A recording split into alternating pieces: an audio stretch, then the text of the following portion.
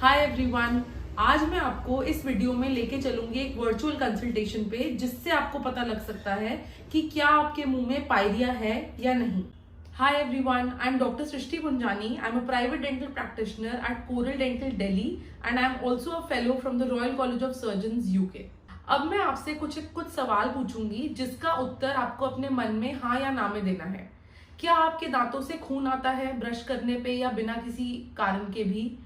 दूसरा, क्या आपके मुंह से सुबह उठने के बाद या कभी नॉर्मली स्मेल आती है? तीसरा, क्या आपके दांतों में ठंडा लगता है या आपको ऐसा लगता है कि आपके मसूड़े नीचे की ओर जा रहे हैं?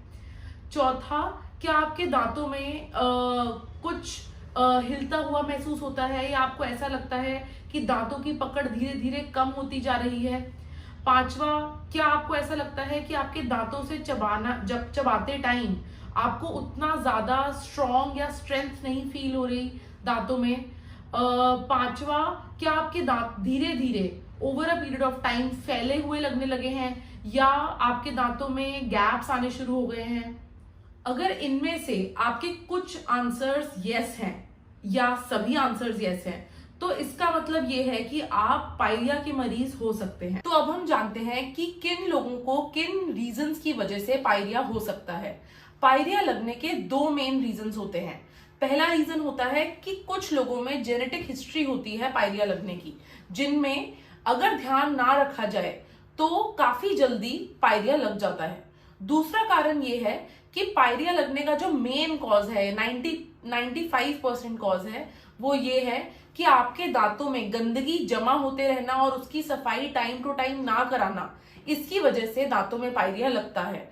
अब जब स्टार्टिंग होती है पायरिया लगने की, तो मसूड़ों से थोड़ी ब्लीडिंग होती है. इसको जिंजिवाइटिस कहते हैं और इसमें सिर्फ मसूड़े जो दांत के एकदम आसपास होते हैं वो ही उसी में सूजन आती है या उसी में सिर्फ स्वेलिंग होती है. धीरे धीरे ये स्वेलिंग डीप होती जाती है अगर आप इसका इलाज ना लें, और ये पेरिडोंटाइटिस का रूप ले लेती है. पेरिडोंटाइटिस का मतलब है एडवांस टाइप का एक मसूड़े का डिजीज, जिसमें मसूड़ा और अंदर की हड्डी दोनों ही धीरे धीरे गलने लगते हैं.